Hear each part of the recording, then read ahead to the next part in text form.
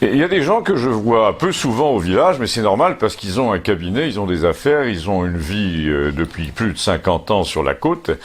Et parmi ces gens qui font leur réapparition régulière en été, parce qu'ils viennent dans leur propriété de famille à Campagnol, nous avons un magistrat à la retraite, en l'occurrence de Toulon et non de Montpellier, qui m'aime bien, je crois, depuis qu'on se connaît, mais qui m'aime encore plus depuis qu'il sait que j'ai une petite chronique sur Internet. C'est vrai, mine de rien, quand même, ça circule, et avant, je cherchais plutôt des choses à raconter, et désormais, j'en refuserais presque. En tout cas, cet homme qui m'avait déjà parlé de Benalla, qui est sa bête noire, parce qu'il dit que c'est une racaille poussée par le pouvoir par pure démagogie, c'était il y a un an tout juste, d'ailleurs, on n'en parle presque plus, hein. Cet homme dit, je viens de remettre la question sur le tapis pendant que nous étions assis sur un banc de pierre.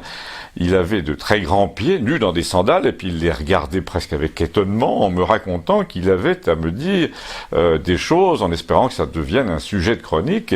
C'est que le grand n'importe quoi de la justice française venait de connaître un sommet, un cap, une péninsule de conneries, je cite, parce que les identitaires condamnés en deuxième instance pour avoir fait la chasse aux clandestins dans la montagne en disant la France n'est pas un boulevard, on n'entre pas ici comme on veut, etc., eh bien ils ont pris de la prison ferme.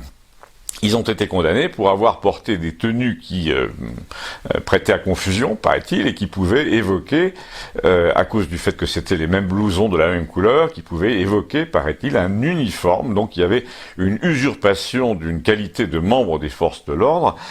Alors là, mon magistrat m'a dit, et tout ça n'est basé évidemment sur rien de juridique, hein, aucun fait tangible, il n'y a rien qui apparente de près ou de loin la tenue qu'ils portaient à celle d'un policier. Leurs blousons, tous pareils, auraient pu être marqués d'un logo de club de foot, c'était pareil.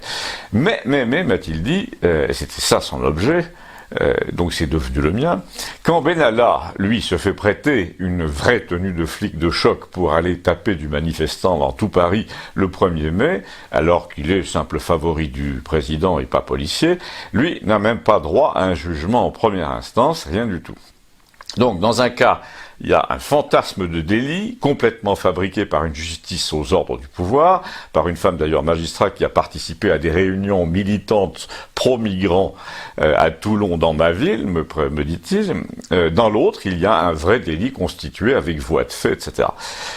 Et pour Benalla, juste une garde à vue, alors que dans l'autre, il y a 6 mois de prison ferme. Après ça, comment voulez-vous, me dit-il, que les gens aient confiance?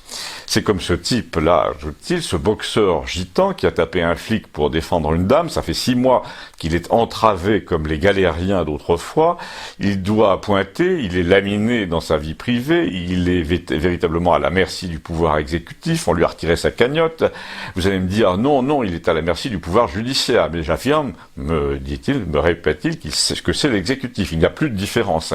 L'indépendance de la justice est un mythe complet qui fera rire tous les chercheurs en Sciences Po en 2050, si Sciences Po existe encore à ce moment-là.